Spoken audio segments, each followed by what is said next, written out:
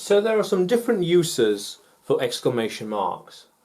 Used to express emotions. That's the main thing. Feelings, emotions. So, surprise. Wow! I did that. I did that. I did that. Wow! Wow! Surprise. And delight. Like to be happy about something. That's amazing. Amazing.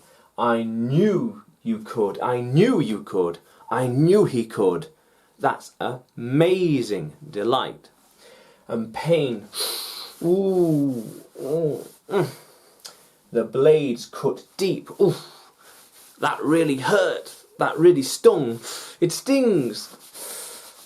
It stings. And anger. Anger.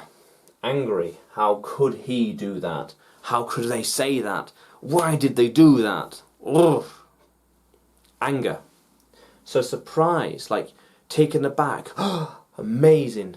Delight. That's beautiful. Amazing. And pain, you're hurt. Oof.